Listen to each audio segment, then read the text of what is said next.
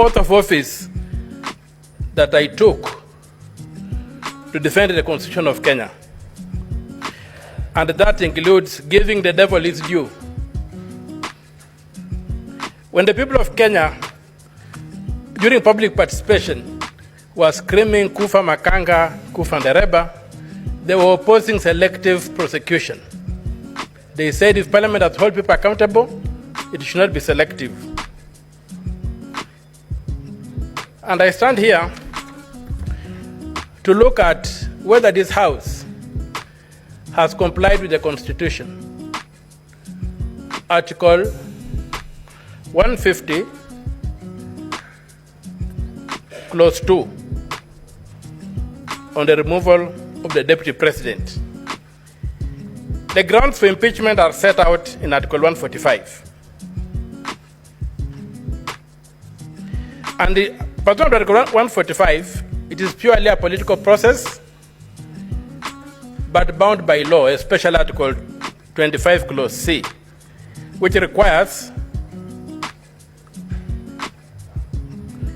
that somebody is given a fair hearing. So the removal of the president by impeachment on any ground under Article 145 is a grave matter that involves overturning the sovereign will of the people as expressed in a democratic election. Even more profoundly, it means that the person so removed is prohibited for life from enjoying the rights under Article 38, Clause 3, Paragraph C, to be elected and hold office, to vie for, be elected and hold office. So the constitutional bar that must be cleared for the removal of the president from office is high. The Constitution requires that the removal must be well-founded in law, and that's why it prescribes the thresholds. And it must be objective. It is not a simple matter of numbers in the National Assembly and in the Senate. An impeachment is not a vote of no confidence. We must distinguish that. A vote of no confidence is a simple matter with no standards. It's just a political thing that you make, and somebody resigns from office, but he can come back and get to office again. This is an impeachment.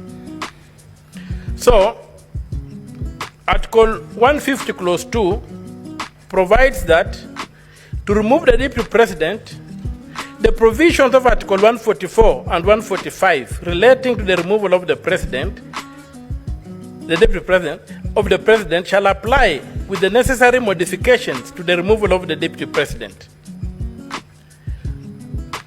The Constitution does not anticipate a situation whereby we apply Article 145 on the removal of the Deputy President without modifying it. The phrase is, shall apply with necessary modifications. What modifications has this House made, or the National Assembly made, or Parliament as a collective made to Article 145 before applying it to the Deputy President? Can we impeach the Deputy President using the standard for impeaching the President, when we know very well that the President is immune to prosecution, and therefore the certain standards that apply to him won't apply to the Deputy President? So given that the Deputy President has not enjoyed those immunities, how are we protecting him? How are we ensuring that this process is constitutional? It's my submission there's a total failure on Parliament to have proceeded to impeach the Deputy President without making the necessary modifications to Article 145. And we have seen the potholes we have fallen into. It's okay for the President because the President is immune from judicial processes. But is it okay that the Deputy President should be prosecuted?